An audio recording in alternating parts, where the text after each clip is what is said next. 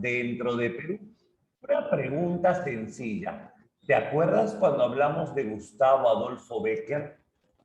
Porque con Bécquer ya hablamos de qué era el romanticismo. Sí, perfecto. Entonces, eso es crucial para lo que vamos a hacer. Primero, como en todo momento de la literatura peruana, siempre tenemos que hablar de un contexto. ¿Qué significa esto? Toda corriente literaria peruana siempre se asocia a un contexto. Por ejemplo, la semana pasada que hablábamos acerca del costumbrismo, ayúdame, en el costumbrismo todo se desarrolló en una época llamada primer excelente militarismo, la época en que se enfrentaron los liberales contra los conservadores. Bueno, vámonos al contexto del romanticismo peruano. El romanticismo peruano va a desarrollarse aproximadamente desde 1840, 48, dice la Pre San Marcos, porque lo asocia con el gobierno de Castilla, hasta un poco después de 1879 incluso. Oye, ¿y por qué 79? ¿Qué pasó en 1879?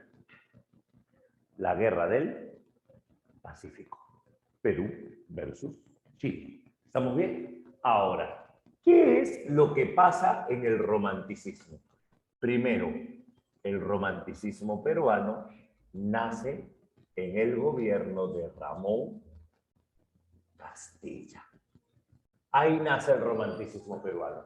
El romanticismo peruano nace en el gobierno de Ramón Castilla, pero esta época de Ramón Castilla se va a conocer también en la historia como el auge del guano. Acuérdate que el Perú se va a hacer rico. El Perú se va a hacer rico, pero no por las minas. El Perú se va a hacer rico, pero no por su gente. El Perú se va a hacer rico, pero no por la riqueza agrícola. El Perú se va a hacer rico exacto por el excremento de las aves guaneras. Porque este excremento tiene una gran cantidad de guanina, fertilizante natural potente. Entonces, el Perú va a exportar guano para el mundo. Todo el mundo dice el guano peruano es el mejor de todos, ¿cierto? Ahí está. Y le damos guano para todos. Un poeta llamado Manuel Atanasio Fuentes escribió lo siguiente: oh guano, porquería más deliciosa que existe. Guano nuestro de cada día. El Perú es puro guano. El Congreso rebalsa en guano. Palacio de Gobierno está lleno de guano. Como quisiera bañarme en una piscina de guano. Viene un hambriento, métele guano en la boca. Viene un pobre, métele guano al bolsillo, porque el guano es el oro del futuro. Obviamente es sarcasmo, ¿cierto? Obviamente es sarcasmo. Pero ¿entiendes la idea? Lo que está diciendo específicamente es que el Perú es rico por el guano. Lo que está haciendo es parodiando, o sea, mira a qué nivel hemos llegado. Hemos estudiado tanto, nos hemos esforzado tanto y hemos luchado tanto para que nuestra riqueza sea porque las aves defecan aquí. Eso es lo que está diciendo, pues no, o sea, no es el logro de nadie, es porque las aves defecan aquí. Ese es el auge del guano, la riqueza del Perú.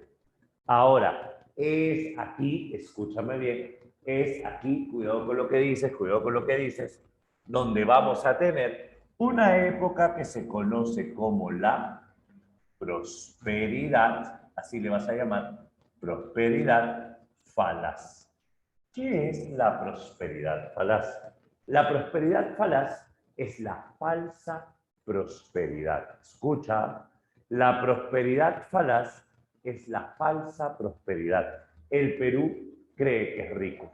El Perú cree que es poderoso. El Perú cree que está bien. El Perú cree que está viviendo un auge. Pero todo este dinero se va, se lo lleva la burocracia, se lo lleva la clase política y el pueblo jamás ve logro alguno de esto. Claro, la corrupción, por eso se le habla de una falsa prosperidad. En esta época vivimos la falsa prosperidad. Eso es lo que vamos a tener nosotros aquí. En esta etapa de la prosperidad falaz, nosotros vamos a saber que Castilla fue muy astuto. Tan astuto fue Castilla que él sabía lo siguiente.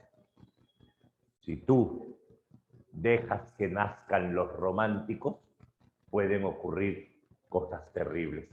¿Por qué? Porque el romántico es el que derroca presidentes. El romántico es el que acaba con gobernantes. El romántico es el que derroca dictadores. Entonces, si tú dejas a los románticos serán un peligro y no podemos permitirlo. Entonces, Castilla fue muy astuto. Castilla fue muy hábil. ¿Qué hizo Ramón Castilla? Ramón Castilla aplicó la empleomanía. ¿Qué es eso? Si aparece un romántico, tráigalo. Si aparece un romántico, que venga. ¿Tú eres romántico? Bienvenido, dice Castilla. Bienvenido. Mi gobierno apoya el arte. Mi gobierno apoya la cultura. En mi gobierno, nosotros queremos ayudarte. Tú, sí, tú que me estás viendo, que has escrito tu primer poema, tú que me estás viendo, que has escrito un cuento llamado Cartas a mi ex. Tú, sí, tú que estás allí, que tienes inclinación romántica, yo te quiero ayudar. Yo sé lo difícil que es ser escritor en un país como este. Yo sé lo difícil que es dedicarte a las letras en un país que no lee. Pues te voy a ayudar. Yo te voy a dar una oportunidad. ¿No te gustaría escribir en la embajada peruana en París? Habla, vas. O no lo sé. Dime qué país te gusta y te conseguimos un cargo diplomático. Piénsalo. ¿Te imaginas? Has escrito tu primer poema, has escrito tu primer cuento y te están ofreciendo un cargo diplomático en cualquier país. O ya, yo sé que quieres quedarte en el Perú. Bueno, genial. Dime, ¿qué ministerio te gusta? Puedes trabajar en el que tú quieras. Dime, ¿qué ministerio está más cerca de tu casa? Normal, para que no gastes pasaje, habla, tú dirás. Y entonces le ofrecías al romántico un cargo en el Estado. El romántico trabajaría para el gobierno. Eso se llama empleomanía. Ahora, un detalle. Si tú trabajas para el gobierno, si tú trabajas para mí, si tú trabajas para el Estado, ¿puedes criticarnos? Cuéntame. Obvio que no. Existe un código de lealtad y este código de lealtad tiene que ver con esto.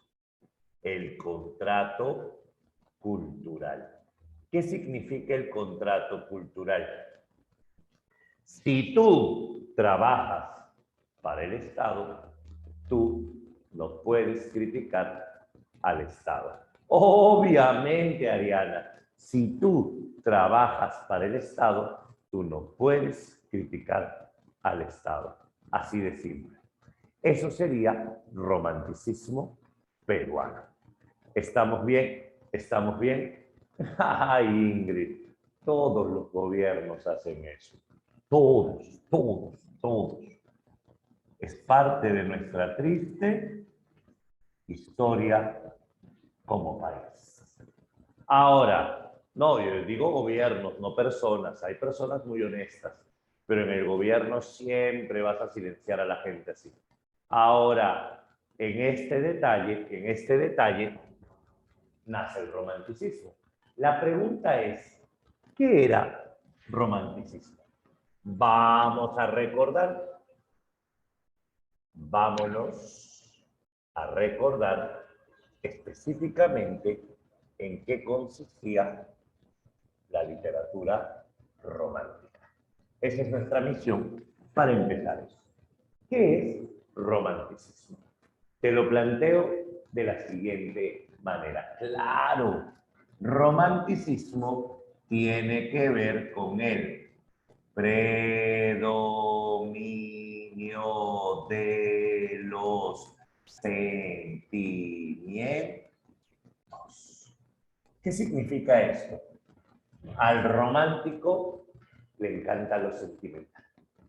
Y si hablamos de lo sentimental, mis sentimientos son más importantes que tus sentimientos. Entonces, vamos a trabajar la exaltación del yo.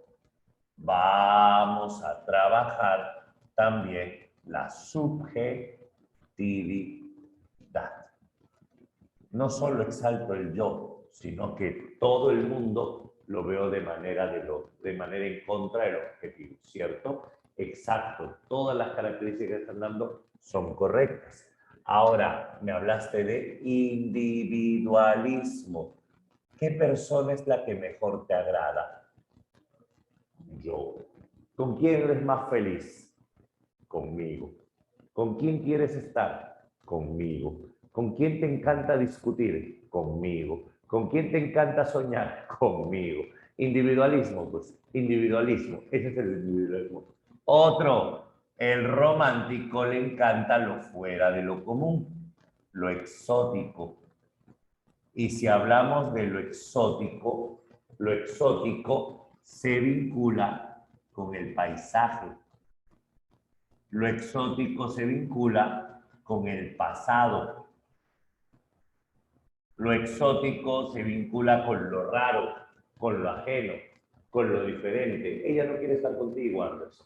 Ahora, si hablamos nosotros de lo exótico tiene que ver con lo fuera de lo común. Y acá nacen un par de conceptos. Primero, lo irracional. ¿Por qué lo irracional? Porque el romanticismo se opone al neoclasicismo. Y segundo, vamos a tener también nosotros acá, en esta etapa, que el romanticismo va a desarrollar el nacionalismo. El gusto por lo nacional, lo popular, lo folclórico, también, en menor medida, pero también. Ahora sí, yo te cuento un detalle. El romanticismo peruano se parece mucho al romanticismo español. ¿Por qué? Porque te acuerdas que con el costumbrismo nos liberamos de España e imitamos a España. Bueno, con el romanticismo seguimos imitando a España. No, qué triste. Sí, nos liberamos de España para seguir imitando a España. Te lo planteo de la siguiente manera. Tenemos el romanticismo español. Y tú acuérdate que en el romanticismo español había solo dos tendencias. Recuerda esto, en el romanticismo español teníamos el romanticismo sentimental y teníamos el romanticismo épico descriptivo. ¿Qué significa esto?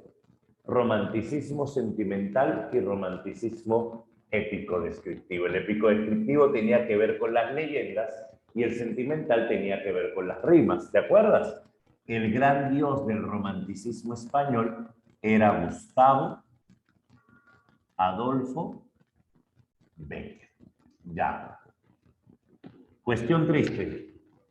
Nos liberamos de España para seguir imitando a España.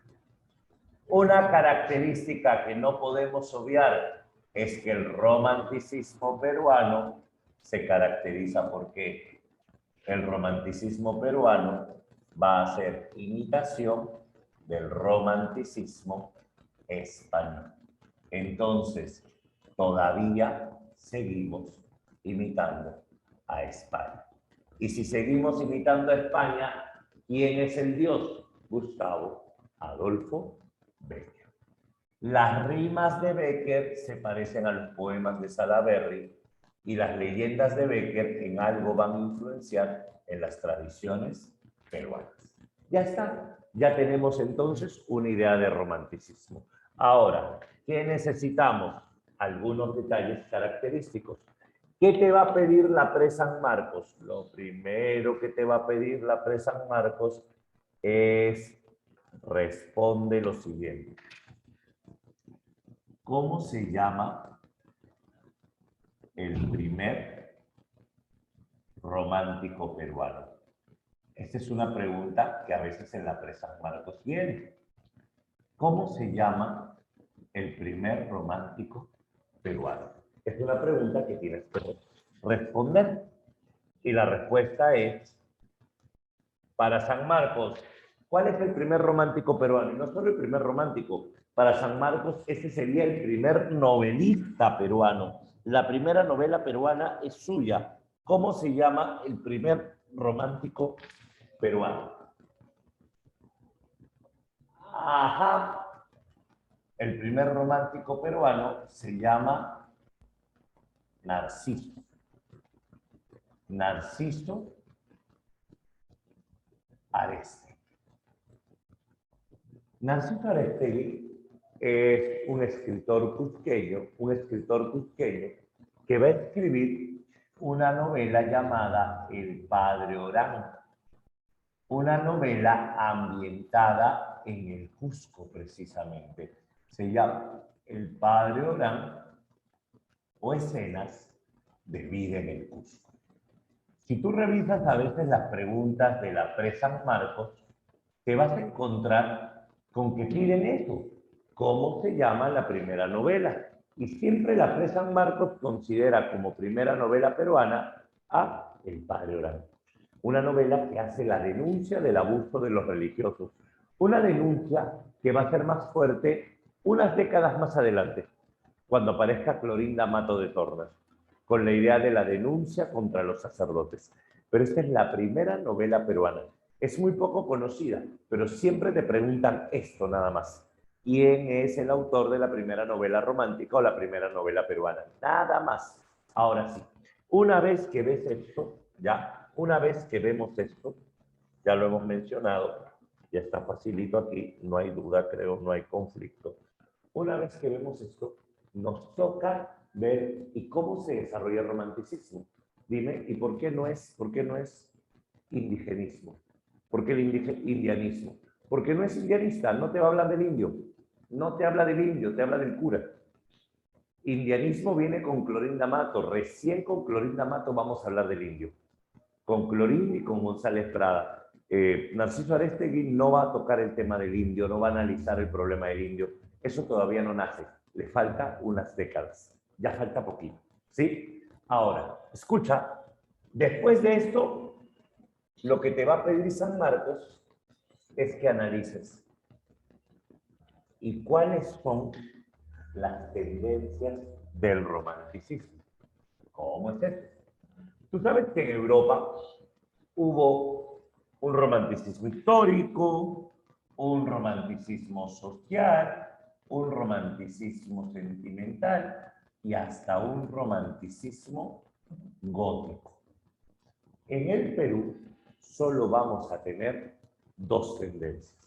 Y estas dos tendencias son imitación de España, pero con otro nombre.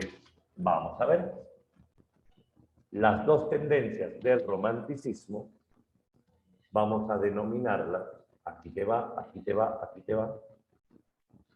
El primer romanticismo que nace como tendencia se llama romanticismo sentimental. ¿Qué es el romanticismo sentimental? El romanticismo amoroso el romanticismo afectivo, el romanticismo nostálgico. Por ejemplo, si hablamos nosotros de romanticismo sentimental, estamos hablando de un romanticismo lírico, poesía. Y en este romanticismo sentimental vamos a tener acá a Carlos Augusto. El apellido es muy conocido. Salaberry. ¿Qué debemos saber acerca de Carlos Augusto Salaberry? Te cuento. Carlos Augusto Salaberry es el hijo de Felipe Santiago Salaberry. Felipe Santiago Salaberry viene a ser, en este caso, uno de los presidentes del Perú, el más joven, dicho sea de paso. Y Carlos Augusto Salaberry va a ser su hijo. Este Carlos Augusto Salaberry, claro, él va a ser poeta y él va a ser militar. En un momento determinado, este Carlos Augusto Salaberry, conocido como el Ruiseñor de China, conocido como el cantor de tumbas y sepulcros, así le vas a llamar, el cantor de tumbas y sepulcros, este Carlos Augusto Salaberry, en un momento determinado, se va a enamorar de una muchacha. Pero Salaberry se parece mucho a Gustavo Adolfo Bécquer. ¿Por qué? Porque Salaberry se casó con una y se enamoró de otra. Salaberry, te lo cuento breve por acá porque esto es contexto, se casó con una muchacha llamada Mercedes. Mercedes Felices. Pero Salaberry no fue feliz. El apellido no es. Salaberry se casó con Mercedes Felices. Y estando casado con Mercedes Felices, se termina separando. No divorciando, no existía el divorcio, el matrimonio es hasta que la muerte los separe en esta época. Y entonces, Salaberry, estando separado, conoció a otra muchacha. Y Salaberry se enamoró de esta otra muchacha. Su nombre, Ismena. Ismena Torres. Salaberry se casó con Mercedes Feliz y Salaberry se enamoró de Ismena Torres. Estando Salaberry enamorado de Ismena Torres, ya no vivía con Mercedes, obviamente, ¿no? Ismena era rara, como todas dicen, no. Ismena de verdad era rara. ¿Por qué? Porque Ismena a veces era alegre, dulce, tierna, amorosa, pero en otras ocasiones Ismena era fría, pasaba de largo. No es que sea bipolar, Carmen, no es que sea bipolar. Yo te pregunto, cuando ves al chico que te gusta enfrente y a tu lado está tu papá, vas a ser afectiva, dulce, tierna. Obvio. ¿El detalle cuál es? Papá, papá. ¿Qué significa esto? Significa que en este caso, cuando estaban los papás cerca, ella pasaba de largo, hasta lo ignoraba. Pero cuando no estaban los papás, ella era dulce, tierna, amorosa. ¿Cierto? Claro, claro, obviamente. No me saludes, simple. Cuando estás a solas es otra cosa. Y entonces, esta muchacha un día se le apareció a Salaberry. Y cuando se le apareció a Salaberry le va a decir, Carlos Augusto, me voy de viaje. Y él, ¿qué? ¿A dónde? Me voy a provincia. ¿Sí? ¿Cuándo? Mañana. ¿Por qué? Y así le dice, a quemarropa, mis papás nos quieren separar. Un momento. Con eso estás confirmando que tú también le gustas, pero al mismo tiempo te tienes que despedir. Y se marchó. Y a su barco le llamó Libertad. Y se fue. Quizá ella esperaba que él haga algo, una locura, quién sabe. Pero él la miró respetuoso, le tomó de las manos y le dice, entonces que tengas buen viaje. Y él se fue. Dolidísimo, dolidísimo. Su ilusión se perdía. No es que sea Frozen. ¿Qué más vas a hacer? Se va con papá, con mamá. A la mañana siguiente, el masoquista se fue al Callao a verla. Ella estaba en el barco y él se paró en el muelle. Ella estaba junto a sus papás en el barco y él la vio. Ella lloraba, lloraba. Y cuando ella lo vio a él, se tapó el rostro con el pañuelo para que no la vean. Y el barco se marchó. Una vez que se marcha, tú quedas pensativo. Una vez que se marcha, tú te quedas ido y cada vez la recuerdas más. Cada vez la extrañas más. Y entonces, él simplemente se puso a sufrir. Se fue a París, a llorar a París él. Y cuando se fue, se puso a escribir. Y volvió a Lima con una ilusión. Volvió a Lima con una idea loca, casi descabellada. Tratar de encontrarla. ¿Cómo haría esto? Pagaría para que su libro se difunda. Escribiría un libro con un mensaje para ella y pagaría para que el libro se lleve a las provincias del país, porque él tenía una idea. Ella algún día entrará a una librería y cuando entre verá que él ha escrito un texto. Y cuando ve el título, Cartas a un ángel, ella sabrá que es para él. Y al abrir el texto, encontrará un poema que se dice, acuérdate de mí. Y entonces se contactará con él. Ese era el deseo. Ese era el sueño. Que ella algún día leyese el texto. Salaberry había escrito teatro. Por ejemplo, Salaberry comenzó haciendo teatro. La primera obra que escribe Salaberry se llama Atahualpa. Y con esta obra que dicen que era pésima, curiosamente, se ganó un consulado. O sea, se ganó un empleo. Salaberry escribe El hombre del siglo XX, Salaberry escribe El bello ideal, entre otras historias más. Lo curioso es que este Carlos Augusto Salaberry destacaría más en la poesía. Y si hablamos de la poesía de Salaberry, aquí en poesía vamos a tener primero Albores y destellos, el primer poemario de Salaberry. Luego viene Diamantes y perlas y el tercer poemario se llama Cartas a un ángel. Y es en el libro Cartas a un ángel donde Carlos Augusto Salaberry coloca el poema Acuérdate de mí.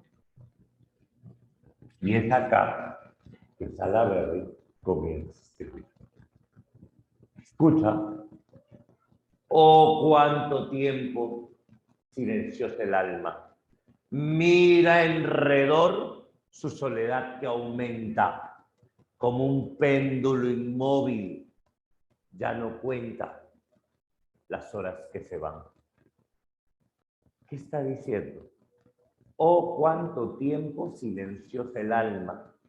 Mira alrededor su soledad que aumenta como un péndulo inmóvil, ya no cuenta las horas que se van. No hay queja al labio ni a los ojos llanto. Muerto para el amor y la aventura, está en tu corazón mi sepultura y el cadáver aquí, en la ruina de un templo silencioso, vacío, abandonado, pavoroso, sin luz y sin rumor. Escucha, parece ayer de nuestros labios mudos. El suspiro de adiós volaba al cielo y escondías la faz en tu pañuelo para mejor llorar. Hoy nos apartan los profundos senos de dos inmensidades que has querido. Y es más triste y más hondo el de tu olvido que el abismo del mar. Pero, ¿qué es este mar? ¿Qué es el espacio? ¿Qué es la distancia y nuestros altos montes? ¿Qué son esos turbios horizontes que miro desde aquí? Si a través de ese ancho mar y de este firmamento vuela por el azul mi pensamiento y vive junto a ti. Se nota el tema, ¿cierto? Obviamente está ella en el Callao. Parece ayer de nuestros labios mudos. El suspiro de adiós volaba al cielo. Escondías el rostro, la faz en tu pañuelo para mejor llorar. Nos aparta la distancia, dice. Luego diría, mi recuerdo es más fuerte que tu olvido. Mi nombre está en la atmósfera, en la brisa. Y ocultas a través de tu sonrisa lágrimas de dolor. O sea, mi recuerdo es más fuerte que tu olvido. No, no me vas a olvidar, yo lo sé. ¿Sabes por qué? Porque mi nombre, Carlos Augusto, está en la atmósfera. Mi nombre está en la brisa. Y ocultas a través de tu sonrisa lágrimas de dolor. Pues mi recuerdo, tu memoria salta. Y a pesar tuyo, por mi amor suspiras. Y hasta el ambiente mismo que respiras te repite mi amor. Todo te recuerda a mí. No me vas a olvidar. No me puedes olvidar.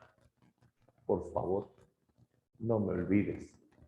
Ya van 3 que me hacen la misma pregunta. Te la voy a responder al final, paciencia. Y entonces diría lo siguiente. Tú eres la misma, aun cual otros días, suspéndense tus brazos de mi cuello. Veo tu rostro, apasionado y bello, mirarme y sonreír. Escúchame.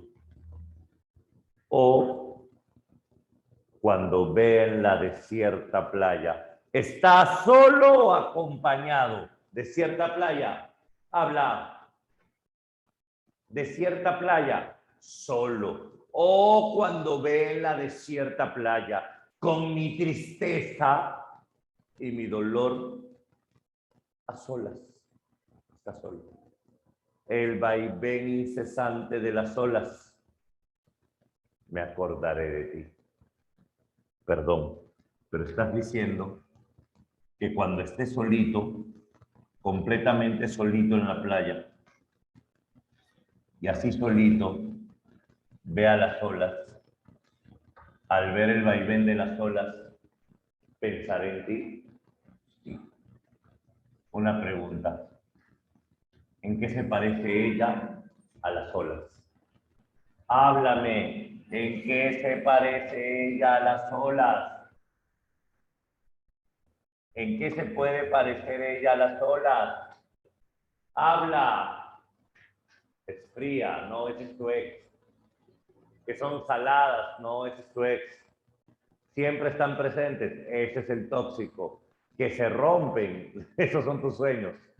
Que va y viene, muy bien. Que va y viene, que llega y se va. Pero no solo eso. Escucha, pequeño. Las olas llegan, las olas lo revolotean todo y luego se marcha.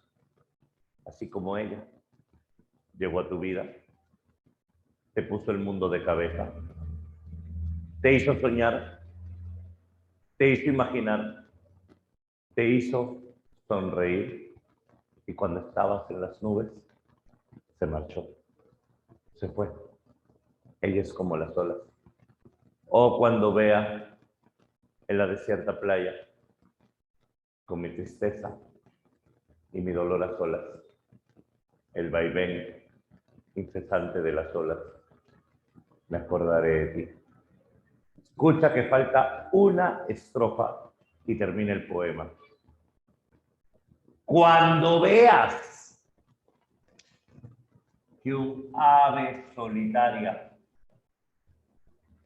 cruza el espacio en moribundo vuelo. O sea, es un ave que está volando moribunda. Cuando veas que un ave solitaria cruza el espacio en moribundo vuelo, buscando un nido entre el mar y el cielo, acuérdate de mí. Así es, escucha, un ave moribunda volando sobre el mar, buscando un nido entre el mar y el cielo. ¿Cuántos nidos hay entre el mar y el cielo? Respóndeme. ¿Cuántos nidos puedes encontrar entre el mar y el cielo? Nido de ave, obviamente. ¿Cuántos nidos encuentras entre el mar y el cielo? Cero, ninguno, nada. Excelente. ¿Sabes lo que significa? Oye, tú, cuando veas a un pajarito moribundo, triste, buscando algo que posiblemente jamás va a encontrar. Cuando veas un ave moribunda buscando algo que jamás va a conseguir, piensa en mí, que te estoy buscando. Piensa en mí, que también te estoy buscando entre el mar y el cielo. Cuando veas que un ave solitaria cruza el espacio en moribundo vuelo, buscando un nido entre el mar y el cielo, acuérdate de mí. Eso es precisamente lo que vamos a tener aquí. ¿Se entendió romanticismo sentimental? Cuéntame, cuéntame, cuéntame. ¿Sí? Perfecto. Ese es el sentimental. Casi lloro. Dices, nada de estudio, oye. Ahora, otro. Paso al siguiente tema para que me odies. Paso al siguiente tema. Ahora hablemos del romanticismo histórico. Lo estoy haciendo a propósito, lo estoy haciendo a propósito. Vamos a ver la pregunta. ¿Cuál pregunta? No sea así, dice. ¿Cuál pregunta? Cuente, ¿qué quieres que te cuente? Dime, ¿qué quieres que te cuente? Yo te cuento todo. Isma lo leyó, no sé quién es Isma. No sé quién es Isma. Es su nombre abreviado, su nombre abreviado, su nombre cariñito. Se volvieron a encontrar, bueno, dicen que en la otra vida todo el mundo se vuelve a encontrar, ¿no? O vamos a explicar, te lo cuento, te lo cuento. Cuenta la historia que Salaberry publicó el libro.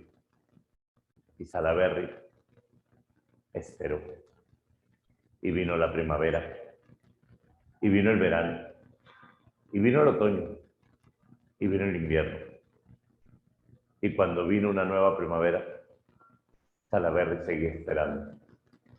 Salaberry ya llegó a una neurosis de no querer salir de casa porque él sabía que ella iba a venir. Él sabía que ella tenía que volver. Y un día Salaberry estaba sentado en casa y le tocaron la puerta. Y cuando le tocaron la puerta, Salaberry emocionado salió hacia ella y era una gran noticia. Le dijeron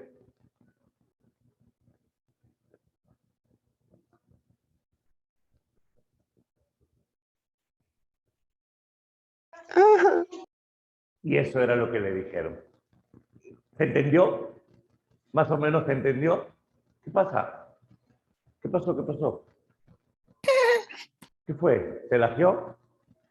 Ah, era broma, era broma. Soy yo que te estoy molestando, soy yo que te estoy molestando. Ya. Estaban con la máquina así, reacciona.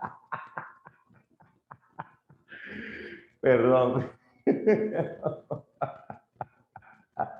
Discúlpame, lo hago con cariñito para alegrarte el día. ¿Sí? No estoy siendo malo, no estoy siendo malo. Y bueno,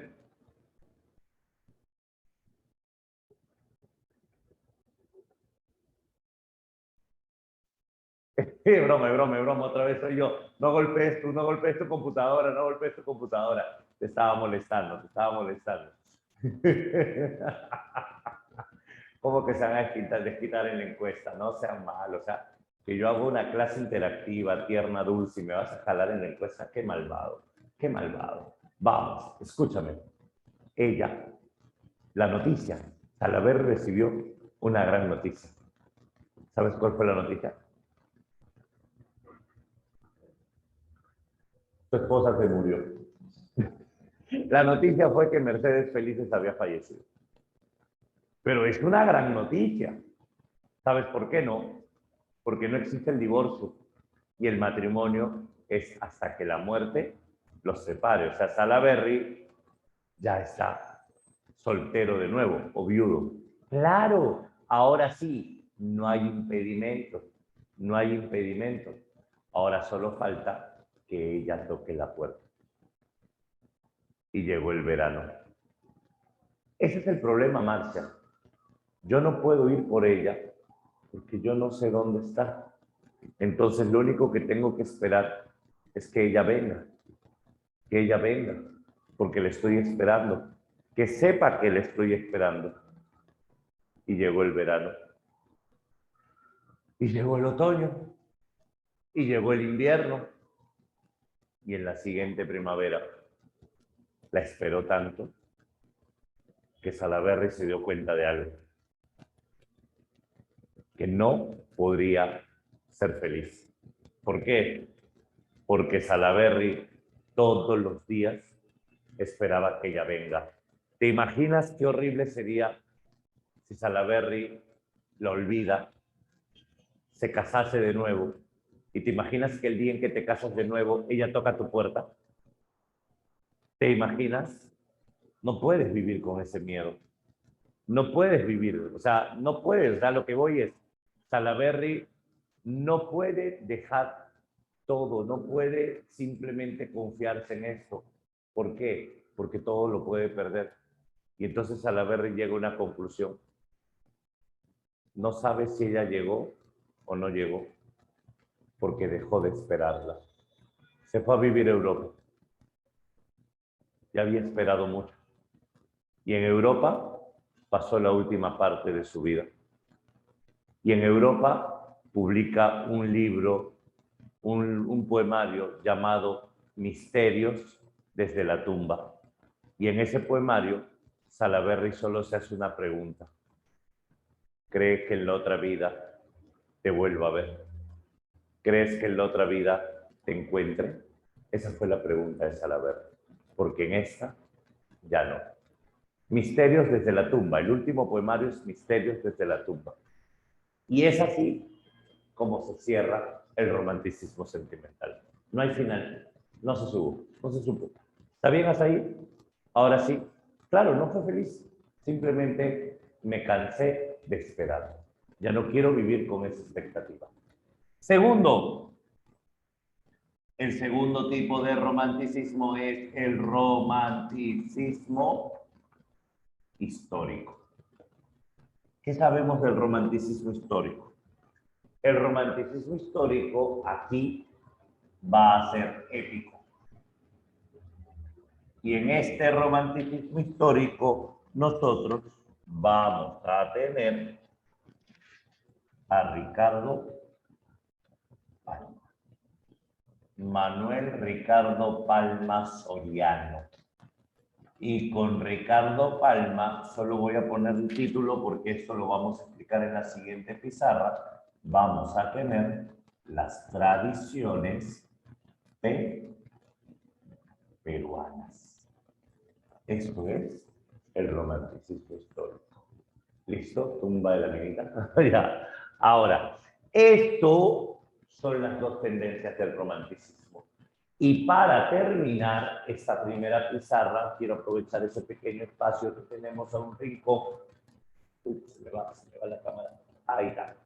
Para terminar, quiero aprovechar esto.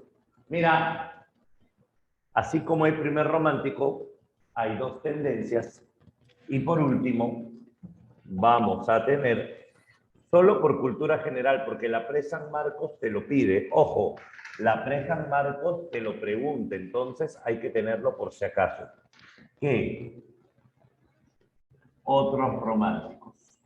La Pre San Marcos te pide que menciones quiénes son los otros románticos. Entonces, mencionemos a los otros románticos. ¿Quiénes son los otros románticos? Por ejemplo, vamos a tener acá a Luis Benjamín Cisneros. Profe, nunca lo escuché. Lo que pasa es que Cisneros escribió y vivió en París. En París. Ah, él sí aceptó la beca. Sí, él sí aceptó la beca del gobierno. Y escribiría Julia. Y el otro que vamos a tener acá es a Nicolás Corpancho. Nicolás Corpancho viviría en México, por eso también no es muy conocido acá. Es más, moriría en México. Y Nicolás Corpancho va a escribir El poeta cruzado. ¿Y qué cosa es el poeta cruzado? Esto viene en la Pre constantemente. Es la primera obra de teatro romántico en el Perú. Es el teatro romántico peruano. ¿Listo? Y ahora sí ya tienes acá un panorama de todo el romanticismo. Una preguntita para cerrarlo todo. Hemos hablado de características, hemos hablado de influencia, hemos hablado de rasgos vinculados con la historia, hemos hablado de Ramón Castilla, ¿cierto? Pero la pregunta sería, oye, ¿y en el Perú hay algún precursor del romanticismo? ¿Te acuerdas del precursor del romanticismo en el Perú? Cuéntame. Dime el nombre. Excelente. Sería lo último que tengamos que poner acá. Y lo voy a poner acá solo para que no lo olvides. En el Perú vamos a tener un precursor.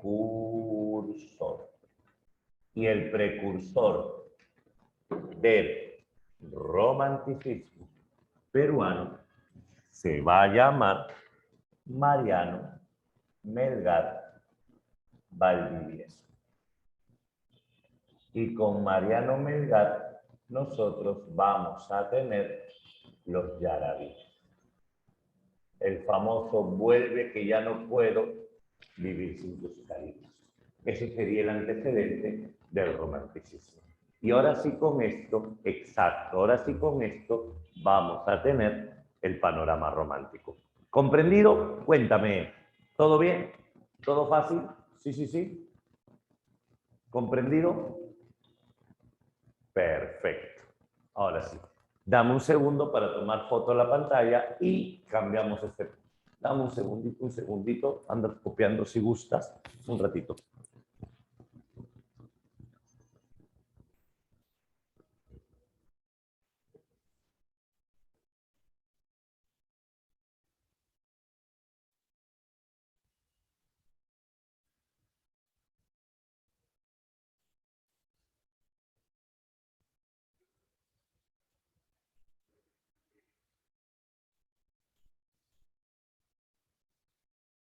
Ya está. A ver, listo, lo copiaron, está todo listo. Ahorita le toman la foto a la pantalla y ya está para hacer la segunda parte. ¿Cuál es nuestra segunda parte? Ricardo Palma, exactamente 11.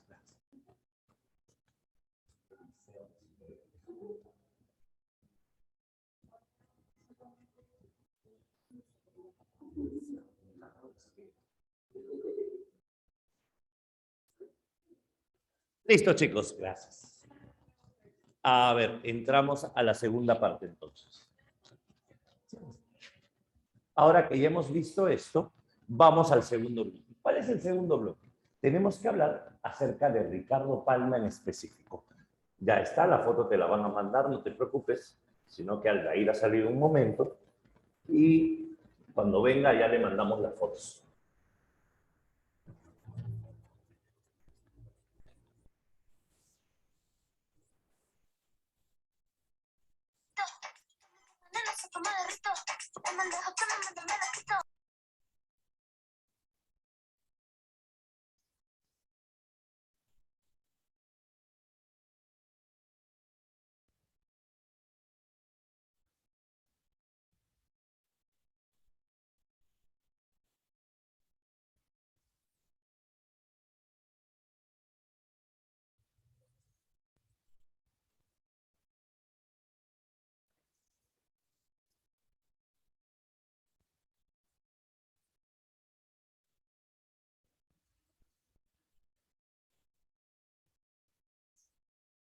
Ya está, señores.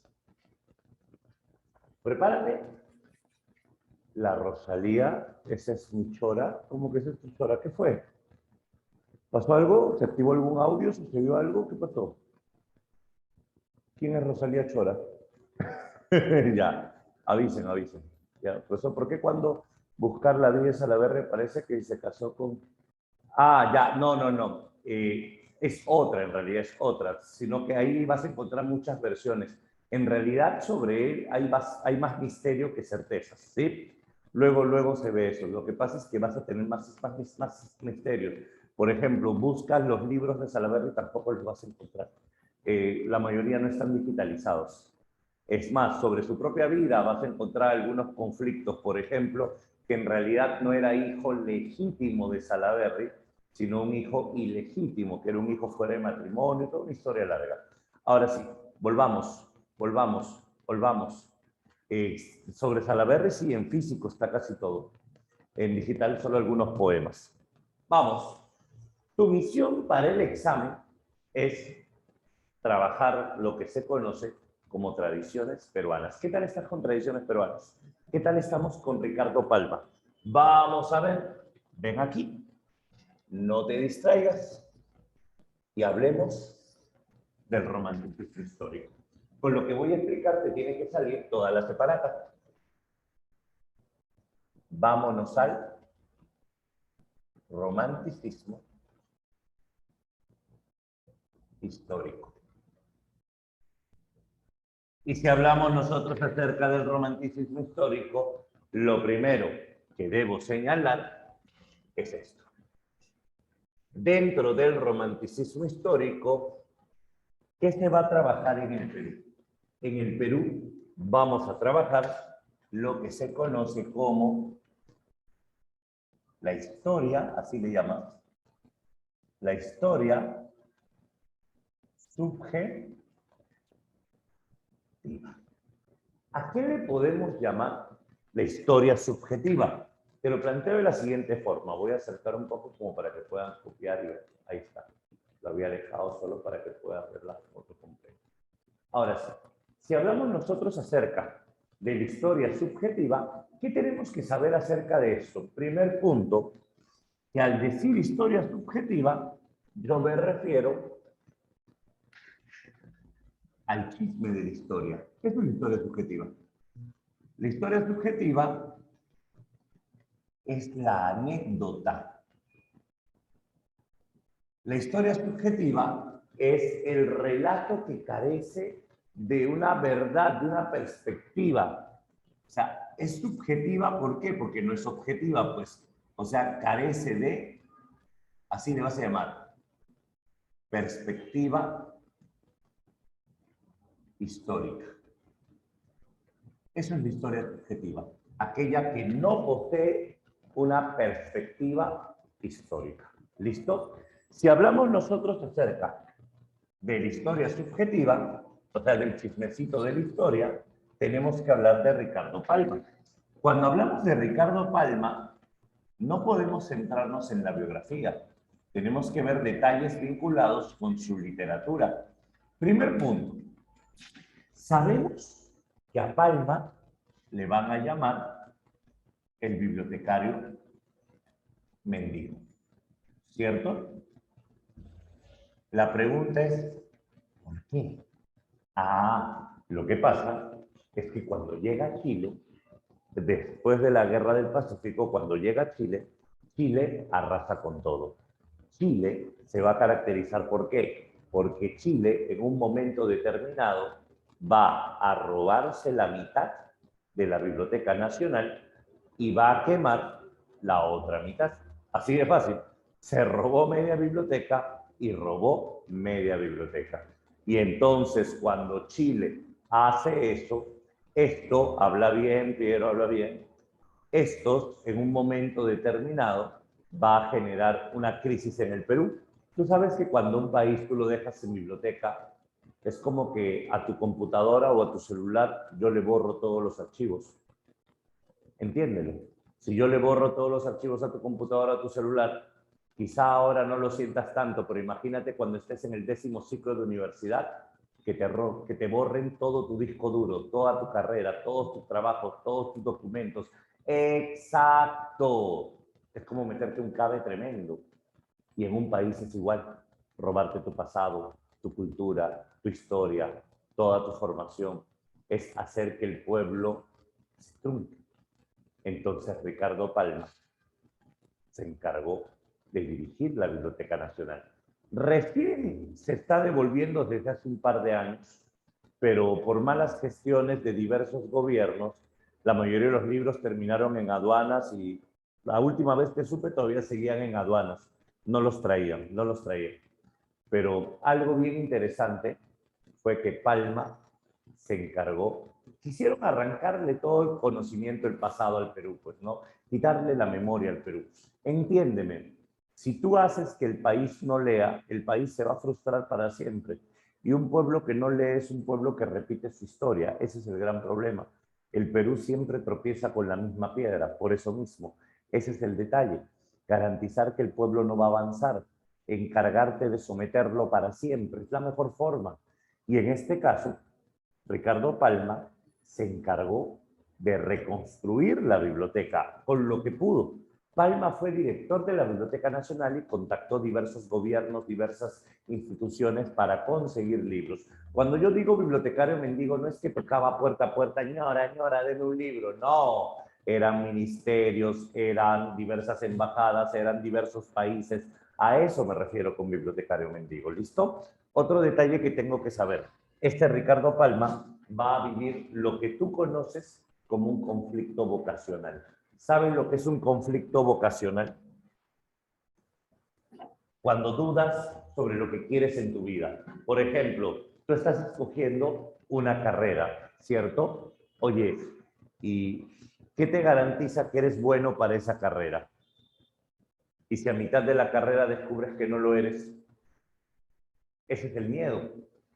La pregunta es, ¿tú crees que todas las personas son capaces de detenerse y volverlo a empezar? No, no todos se atreven. Algunos ya lo siguen y por eso se frustran. Palma tuvo el coraje de volver a empezar en más de una ocasión, buscando su vocación. Palma, te cuento un detalle. Palma quiso ser un historiador. Así. Palma no quería ser literato, él quería ser historiador. Y el primer libro de Palma es un libro de historia, precisamente. El primer libro de Palma se llama Anales de la Inquisición de Lima. Y es un libro, repito, de historia, no de literatura. En Anales de la Inquisición de Lima, Ricardo Palma va a aplicar su análisis histórico, pues. En Anales de la Inquisición de Lima, Ricardo Palma se va a proponer precisamente estudiar, con el riesgo que me respondas una barbaridad. ¿Sabes lo que son anales, no?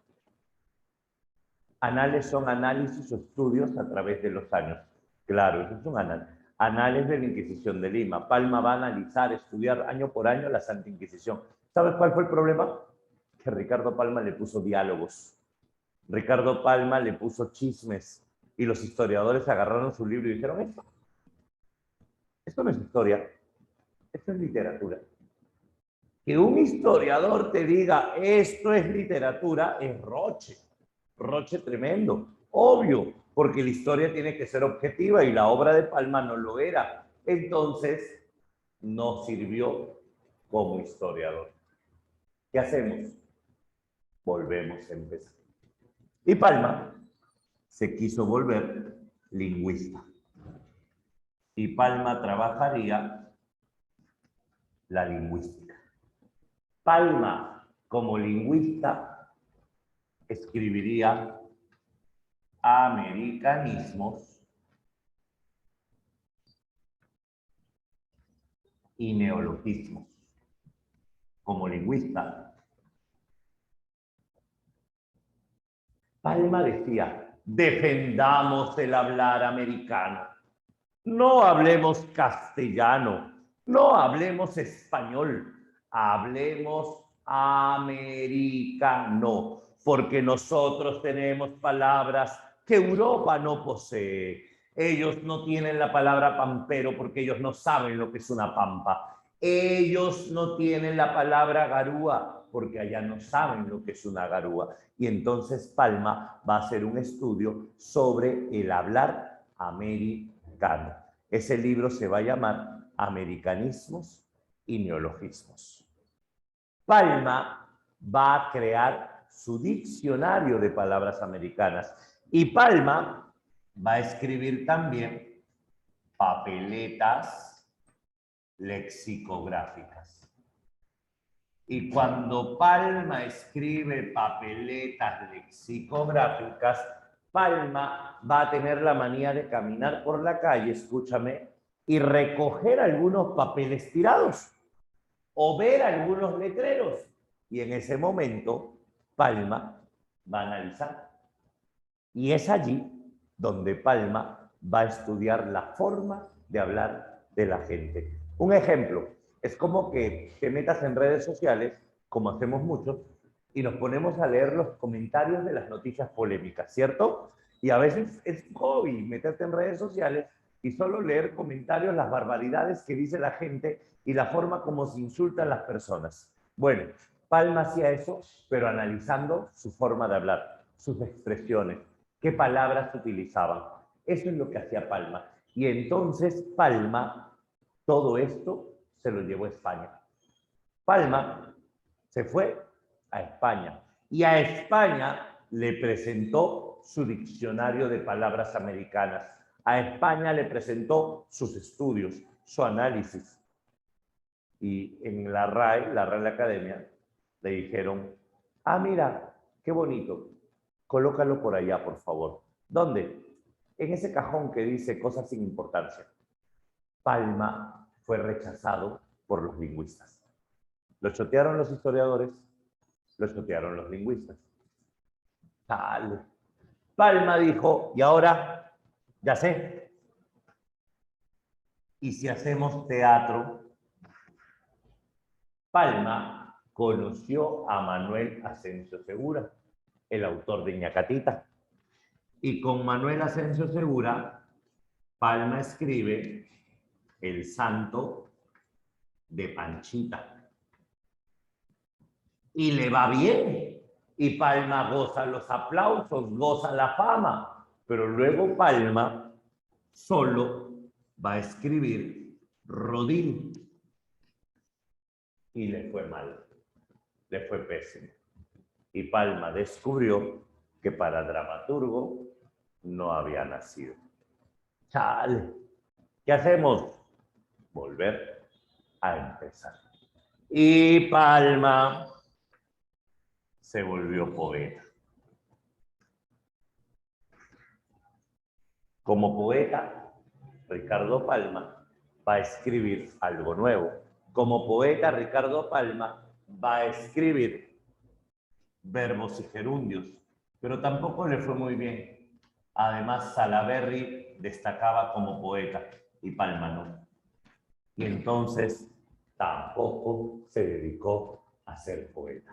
¿Te imaginas? Palma se paseó por todo y al final de su vida, bueno, no final, a la mitad, por decirlo así, de su vida, Palma aceptó su destino. No se frustró, al contrario, se convirtió en narrador. Y cuando Palma trabaje la narración, Palma encontró su voz. Palma encontró su expresión. ¿Y sabes qué es lo bonito cuando encuentras tu voz? Que en el momento en que encuentras tu voz, todo lo demás cobra sentido. En el momento en que encuentras tu voz, todo por lo que has vivido se vuelve parte fundamental para lograr lo que quieres. Y entonces, aquí, Ricardo Palma escribe Tradiciones Peruanas. ¿Y sabes qué es lo bravo? Si Palma no hubiera pasado por todo lo que vivió, las tradiciones no serían lo mismo. ¿Por qué? Porque en las tradiciones hay mucho de historia, hay mucho de lingüística, hay diálogos teatrales y hasta le pone versos. Todo lo que aprendió en el camino le sirvió para hacer sus tradiciones peruanas. Ese es el logro fundamental que tiene Ricardo Palma en su literatura. Y es aquí donde no solo va a tener un libro de tradiciones, 2 libros, 3 libros, 11 libros de tradiciones, le gustó. Y es aquí donde no solo va a ser 11 libros de tradiciones, son 453 tradiciones. También hizo otros libros narrativos, como Tradiciones en Salsa Verde. Estas son las tradiciones clandestinas. Estas son, como se diría, las tradiciones caleta, las tradiciones lisurientas de Palma. Y Palma también tendría Los Marañones. Y Los Marañones es la única novela que escribió Palma en toda su vida. Pero hay un detalle sobre esta novela. Es una novela extraviada. ¿Qué significa? Es una novela que se perdió con el incendio de la biblioteca, o de su casa, no nacional, de su casa. Lo que pasa, te explico. Palma escribió Los Marañones, la guardó en su biblioteca y se fue a la guerra. Chile vino e incendió Miraflores. Y cuando Chile incendió Miraflores, una de las casas incendiadas fue la casa de Palma. Y la única novela que escribió en su vida se perdió en el incendio. La única novela que escribió quedó consumida por el fuego debido a la invasión del ejército chileno a la capital. Es así como se pierde esta novela. ¿Listo? Otra más de los chilenos, dice. Sí, otra más de los chilenos. Ya está, ya lo tenemos, ya lo tenemos. Lo más probable, porque era una novela que hablaba sobre el ejército de los Marañones, el primer ejército español que se rebeló contra España, donde estaba Lope de Aguirre, aquel que realizó la búsqueda del Dorado. Una novela impresionante, que nunca se pudo leer. Ahora, acá tenemos en general. Ahora nos vamos a la obra específica. ¿Cuál es la obra de Palma que yo tengo que conocer? Tradiciones peruanas. Primera pregunta. ¿Qué es una tradición? Es lo mismo una tradición que una costumbre. Ahorita vamos a hablar de eso, 453. ¿Es lo mismo una tradición que una costumbre? No. La tradición se asocia con el pasado. La costumbre se asocia con el presente, ¿cierto? La tradición es pasado, la costumbre es presente. Entonces, vamos a hablar del pasado. Una tradición es una mezcla de 2 elementos. La tradición, primero, se vincula con la leyenda romántica. Cuando hablamos de leyenda romántica, tú te acuerdas de Gustavo Adolfo Bécquer. Escúchame, si hablamos de leyenda romántica, la tradición, como es una leyenda, es pasadista. La tradición, como son las de Bécquer, es subjetiva. Y la tradición, como viene de una leyenda romántica, es exótica. Estos son los elementos de la tradición que va a coger Ricardo Palma. Y a esta leyenda romántica le vamos a sumar otro elemento. ¿Cuál es el otro elemento? Se le llama el cuadro de costumbres. ¿Te acuerdas del niño Goyito? Era un cuadro de costumbres. Hay un creado tradición, era historia más literatura, literatura, carencia, objetividad. Ya. Ahorita voy a explicar eso, Marcia. Precisamente, en algo se parece. Pero en realidad la tradición es literatura más literatura.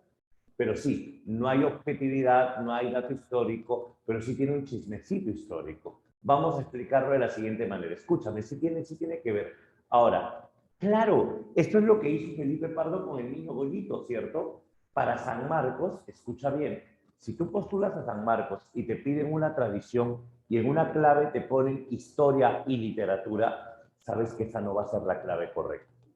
O sea, tiene algo de sentido, pero para San Marcos, y esto ya ha venido en admisión, la tradición es leyenda romántica y cuadro de costumbres. Pero ¿qué pasa? Que la leyenda ya es historia con literatura, porque en la leyenda, acuérdate de Bécquer, hay algo histórico mezclado con algo subjetivo. Cuando yo digo pasadismo, eso es lo histórico. Pero ¿dónde está la novedad de Palma? En mezclarlo con el niño Goyito. ¿Por qué? Porque aquí vamos a tener ironía, y esto es Palma, pues. Aquí vamos a tener sátira, aquí vamos a tener humor. Es aquí, en esta etapa, donde vamos a trabajar los giros criollos. Es en esta etapa donde vamos a trabajar los refranes. Y es acá donde vamos a tener una expresión coloquial. Ah, ¿qué cosa es entonces la tradición de Palma? La tradición de Palma es como una leyenda, pero que tiene ironía, humor, refranes y es coloquial. Es una leyenda, pero contada de manera más cercana. Eso es la tradición de Palma. Entonces, cuando tengas que definir qué cosa es una tradición para Ricardo Palma, la tradición se expresa de la siguiente manera. Ahí está. Esa es la definición. Otro detalle que tengo que saber. Hablemos de las tradiciones peruanas. Si vamos a hablar de las tradiciones peruanas, lo primero que tengo que recordar es que toda tradición de Palma tiene tres elementos. Y eso también lo pregunta San Marcos. Toda tradición de Ricardo Palma va a tener tres partes, tres elementos. ¿Cuáles son los tres elementos de toda tradición? Atento. Toda tradición tiene un contexto. ¿Qué significa? Toda tradición se ambienta en un episodio de la historia del Perú. Las tradiciones de Ricardo Palma van desde el incanato, desde la época incaica, hasta la República. Eso es lo primero. Todas las tradiciones de Palma van desde el incanato hasta la República. Primera idea. Segundo, dime, no te anuncies, manda la pregunta. Si tiene contexto, ya, manda la pregunta completa, me dejas en la intriga. Claro, tiene contexto, pues la tradición de Palma tiene un contexto. ¿Por qué contexto? Porque se ambienta en una época de la historia del Perú. Ah, ya. Es que el tener contexto no necesariamente tiene perspectiva histórica. Por ejemplo, yo te pregunto, Paula, ¿tú tienes contexto o no? Obvio que sí. Tú vives en el año 2022, en el gobierno de Pedro Castillo, en las eliminatorias al Mundial. Ese es tu contexto. Pero no necesariamente voy a hablar de ti con un análisis histórico. El que te ambientes en una época no significa que voy a analizarte como si fuera un libro de historia. ¿Te das cuenta? El contexto es la época en la que se ambienta. La perspectiva histórica es la objetividad. Y las tradiciones de Palma son subjetivas, no son objetivas. ¿Listo? Perfecto. Qué bueno que lo entiendes. Ahora, el contexto, por eso te digo, se ambienta en una época. Es más, la mayoría de las tradiciones de Ricardo Palma se ambientan en la colonia.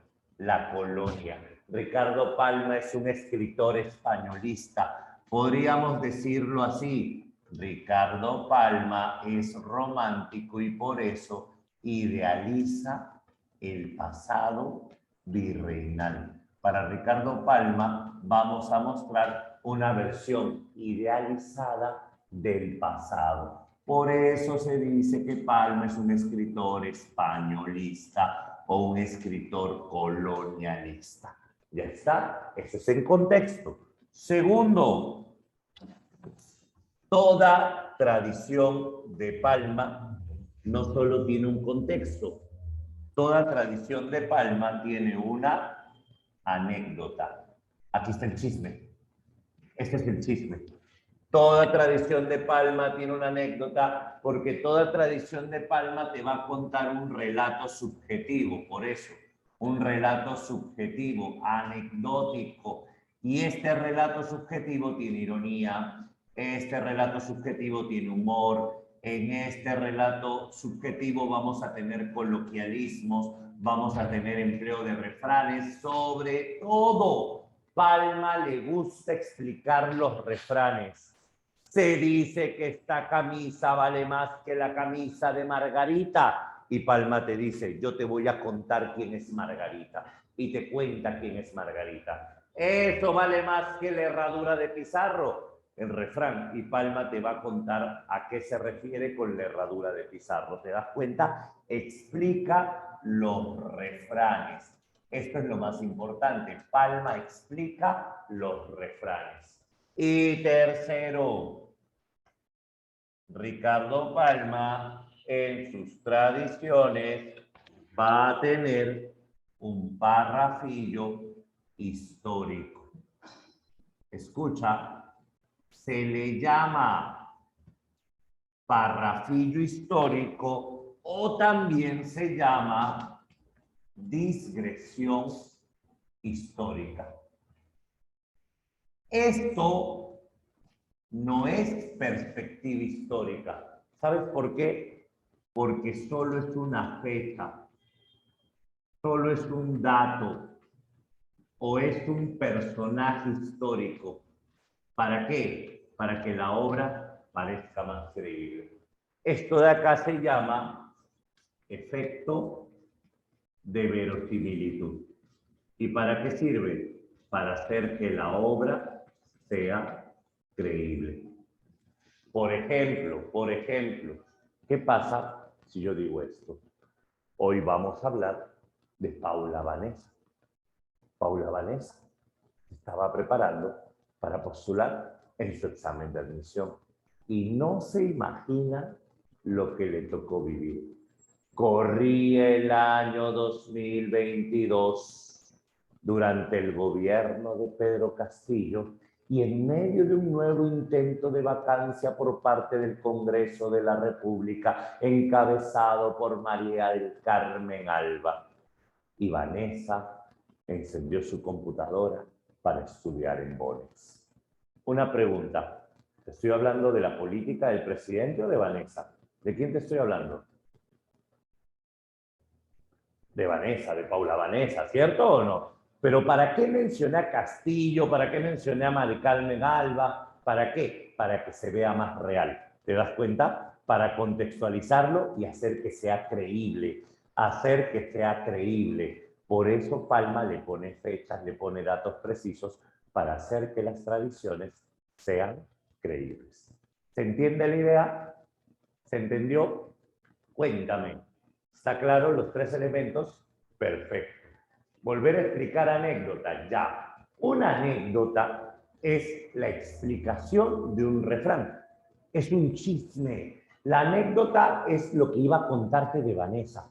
La anécdota es justo lo que te iba a contar de que Vanessa tiene la manía de estudiar en Bonex, con la cámara apagada, con su vaso de yogur, su helado, sus 5 panes con chicharrón y su jugo surtido. Todos los días, por ejemplo. Esa es la anécdota, el chismecito que te voy a contar.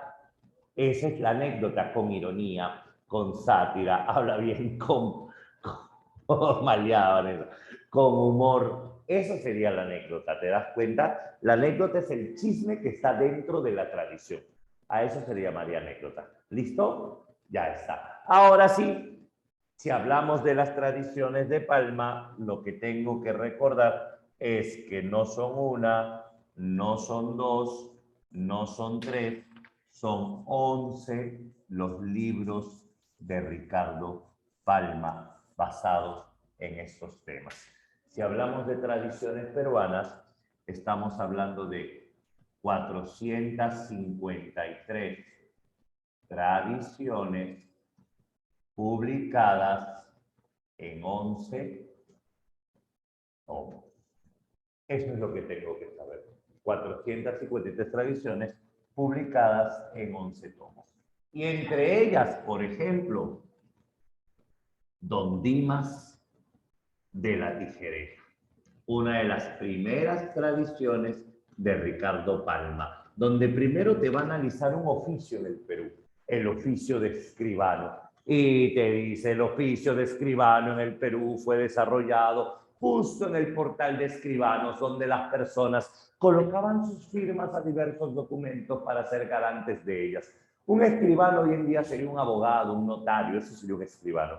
Y uno de nuestros escribanos que forma parte de esta historia sería nuestro Don Dimas de la Tijereta. Don Dimas de la Tijereta estaba enamorado, ilusionado de una muchachita llamada Visitación. Visitación había sido criada por su tía y la tía la había adiestrado tan bien que ella aprendió: más vale hombres rondando que anillo en mano.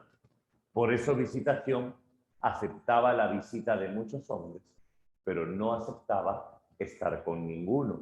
Pero nuestra Visitación era bien exquisita. Tampoco aceptaba a cualquier hombre. Tenía que ser un hombre que le traiga lo que ella se merezca: un collar de perlas, un anillo de plata, una pulsera de oro. Esa es Visitación. Y uno de los hombres que era asiduo a visitarla era nuestro Don Dimas de la Tijereta. Y cuentan que este Don Dimas un día estaba con Visitación contándole su día, mientras que Visitación afilaba las uñas después de recibir un lujoso regalo. Y en ese preciso momento Don Dimas, al verla, no soportó más las ganas, se abalanzó sobre ella, quiso abrazarla, y ella lo termina botando de su casa. Y Don Dimas se va a la calle furioso. Don Dimas se va a la calle rabioso, desesperado por Visitación. Y cuando está cruzando el puente hacia la Alameda, Don Dimas de la Tijereta grita: daría mi almilla por un año junto a Visitación.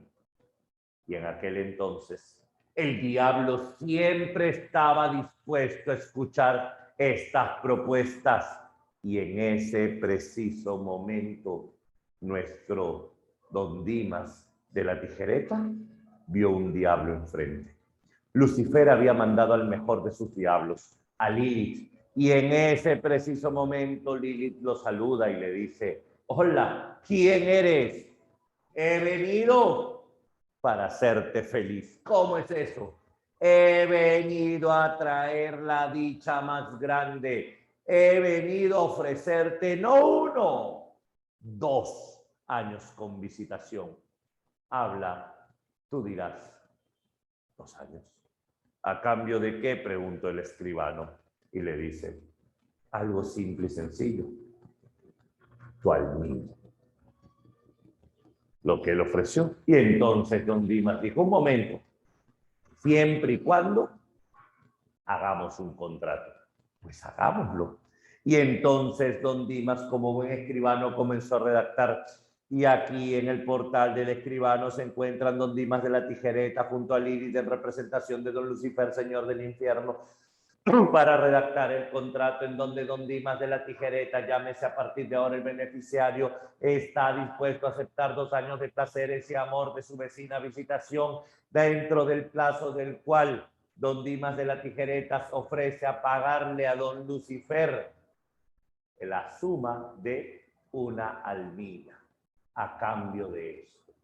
Con esa palabra, almilla, fírmese don Dimas, firma Lilith en representación de don Lucifer con su sello infernal, se establece el contrato, don Dimas llega a su casa y cuando llega a su casa, visitación estaba allí.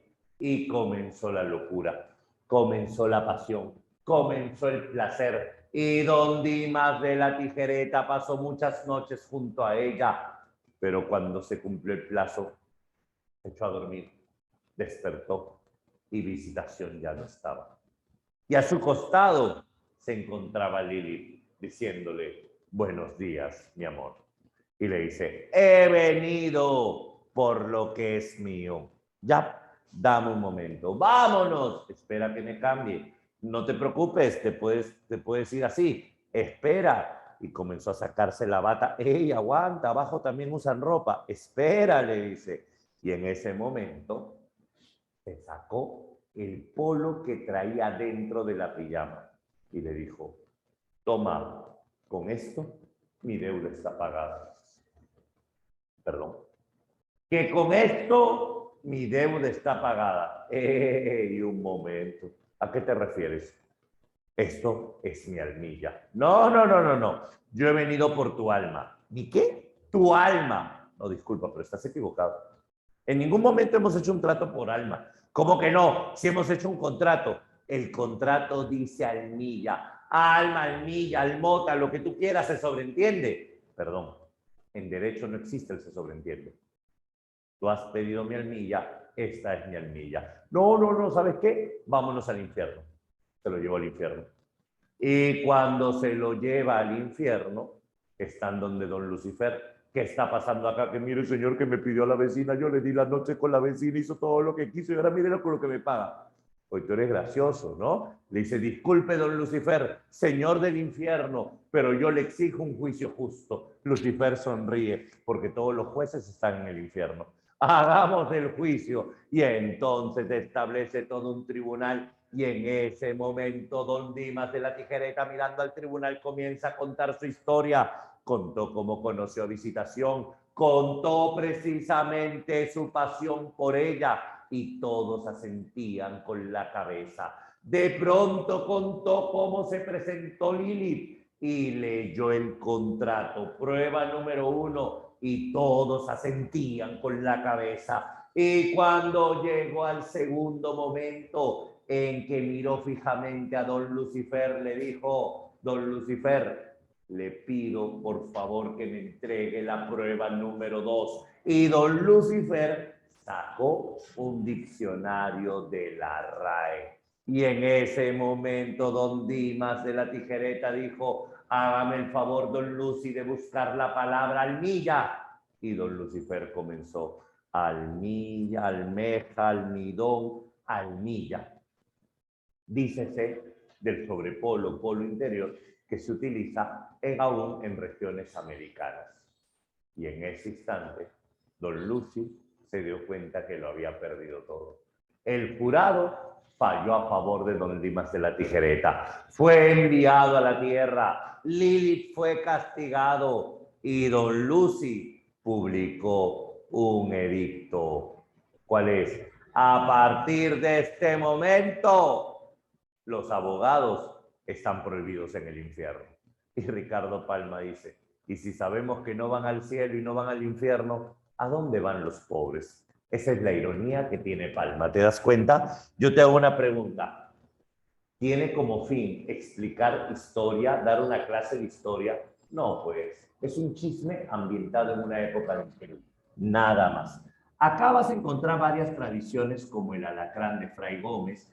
Imagínate, dicen que Fray Gómez era un santo, prácticamente un santo en vida. Cuentan que este Fray Gómez, un día se le presenta un hombre y le pide dinero prestado. Y Fray Gómez le dice, yo te voy a ayudar. Vio en la ventana que caminaba un alacrán, agarró un papel, con el papel cogió al alacrán, lo enrolló y le dijo, toma, llévalo a empeñar. Un alacrán vivo. El tipo con fe fue a la casa de empeño, quiero empeñar esto. El dueño abrió el papel, el tipo tenía miedo de lo que vaya a encontrar y era un alacrán de oro con ojos de rubí. Le dieron el dinero, él no entendía lo que pasaba, hizo el negocio, consiguió el dinero, pagó el préstamo y le devolvieron el alacrán.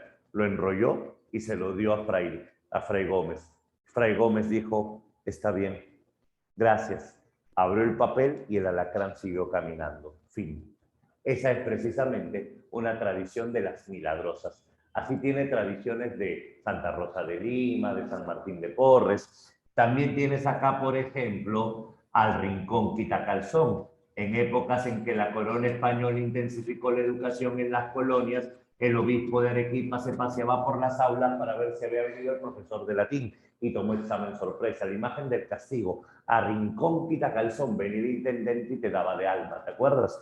O, por ejemplo, al pie de la letra, en épocas de presidente Salaverry, Paiva era una persona que lo entendía todo ad pedem literae, al pie de la letra. Y así fue como murió. Lo que pide San Marcos no es que sepas de memoria las tradiciones de Palma, son muchas. Lo que pide San Marcos es que aprendas a distinguir estos tres elementos dentro de cualquier tradición. Vamos a hacer la prueba con la separata, ¿te parece? Vamos a ver cuáles son las claves a las preguntas como para que todo esto se entienda. ¿Estás listo? ¿Tienes el material a la mano? Cuéntame. ¿Sí? Ya está. ¿Qué pasó? ¿Qué pasó? ¿Qué pasó? Un minuto. Allá, anda abriendo el material. No te preocupes, ahorita vamos a tomar pantallazos, sí, también te vamos a mandar esta foto, descuida, y con eso cerraríamos la teoría para ver la práctica. Listo.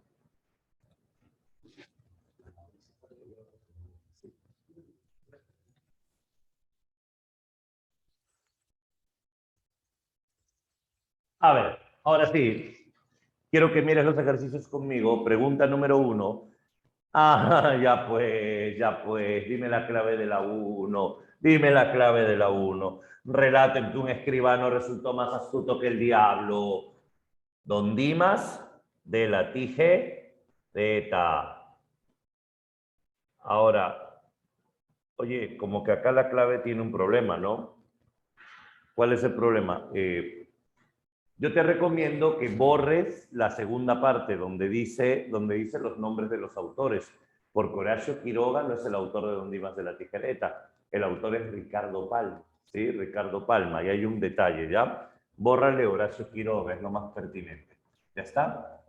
A ver, pregunta número 2. ¿Qué se puede afirmar del fragmento? O cuando ve en la desierta playa con mi tristeza y mi dolor a solas, el vaivén incesante de las olas, me acordaré de ti, Salaberry.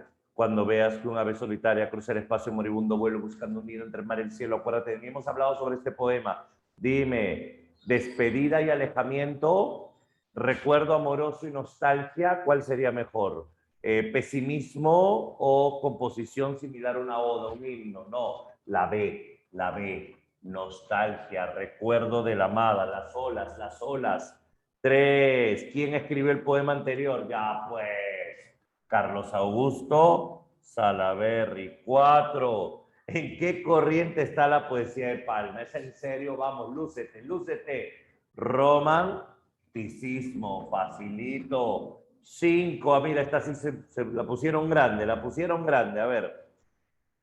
La pregunta dice, El fragmento presenta una característica de las tradiciones. Mira, yo te doy una pista. Sin leer el fragmento, dime si también ves 1534, dime si ves 70.000 habitantes, 1539, 1577. Si te ponen fechas, ¿qué característica de la tradición es? Al ojo, parrafillo histórico, discreción histórica. Yo lo voy leyendo mientras tú marcas la clave, ¿ya?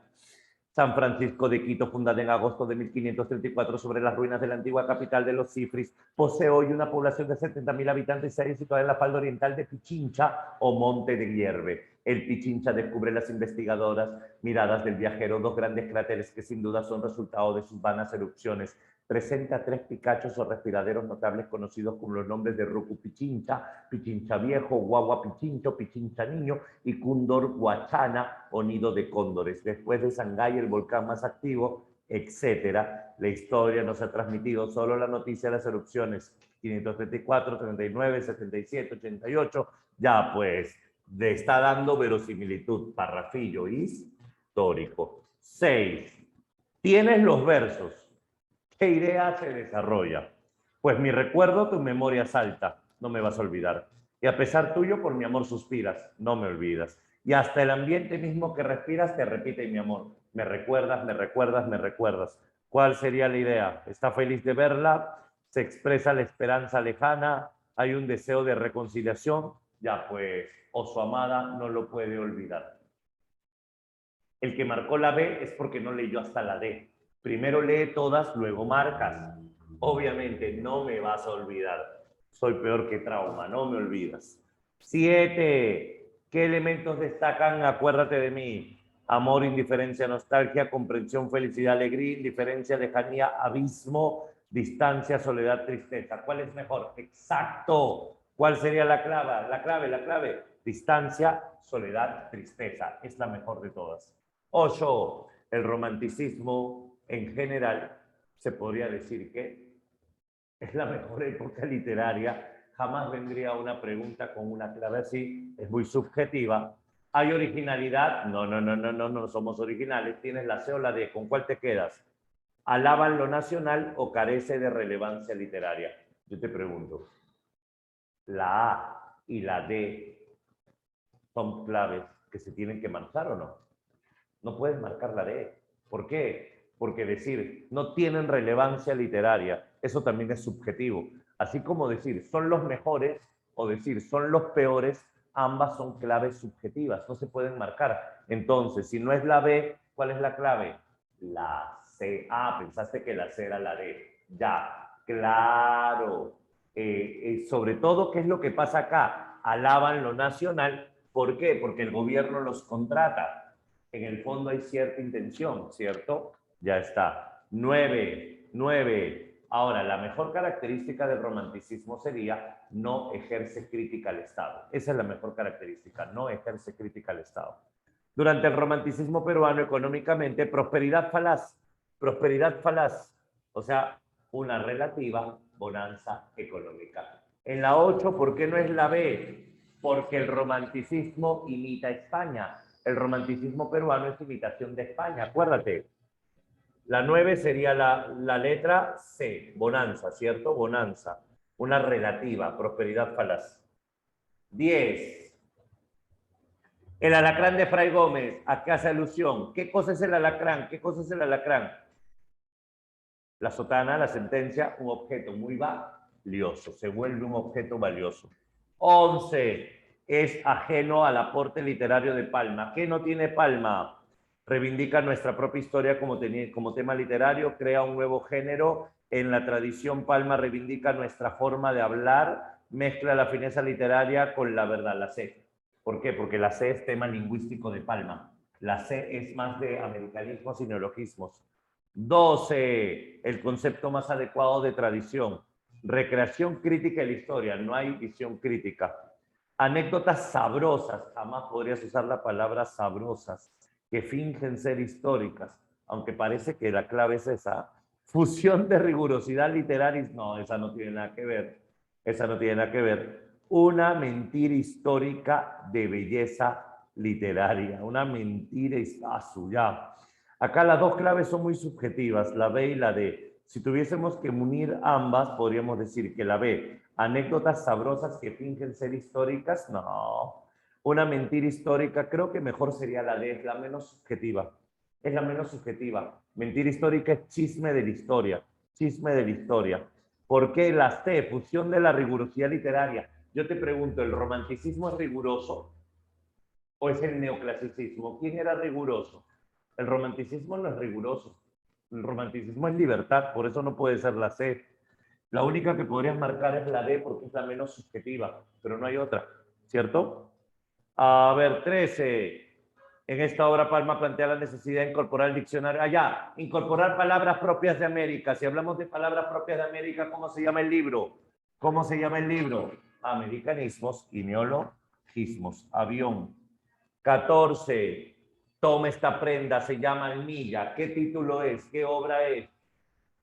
Toma mi almilla. Exacto, Don Dimas de la Tijereta, Avión. Y 15. Sobre las tradiciones de Palma se puede afirmar que están adornadas por refranes, dichos populares y sentencias amenas. ¿Buscan la exactitud histórica? No. ¿Se publicaron en el Perú y triunfaron en México? No. ¿Retratan exclusivamente? No, ya salió la A, pues. Tienen refranes, tienen contexto. La clave sería la A. ¿Listo? Y con esto tenemos toda la separata. Listo, señores. Ameno es alegre, entretenido, eso es ameno. A ver, le paso el micrófono al aire.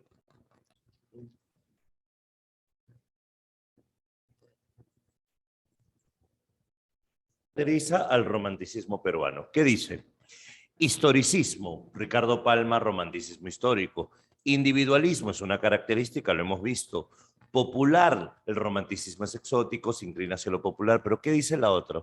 Rechaza la joven democracia peruana. No, pues, esa clave no es ¿por qué? Porque el romanticismo trabaja para esa democracia, trabaja para el Estado, ¿cierto? Trabaja para el Estado. ¿Por qué la 11? Dame un ratito con eso. A ver, ¿qué dice la siguiente? Ah, realza. Ya, realza la joven democracia. Ni la rechaza ni la realza. Simplemente se mantiene a la par porque es el Estado quien los mantiene. El romántico que hace, mira al pasado o habla de amor. Las dos únicas tendencias románticas son la tendencia sentimental y la tendencia histórica. No hay otra. Obra cercana a la crítica literaria que expone la característica del movimiento romántico peruano. Oh, ya. Esta pregunta, sí, la tuviste que aplicar por descarte y se nota que varios lo hicieron. Nosotros sabemos que no puede ser la A porque habla de lingüística, nosotros sabemos que no puede ser la B porque es un libro de historia y sabemos que la C porque es poesía. En la Bohemia de mi tiempo, la Bohemia de mi tiempo es un texto en donde habla de los románticos. Presenta a toda la generación romántica que te presenté en la primera pizarra. Narciso Arestegui, Nicolás Corpancho, Luis Benjamín Cisneros. Sí, la clave era la letra D. ¿Son solo dos? Ok.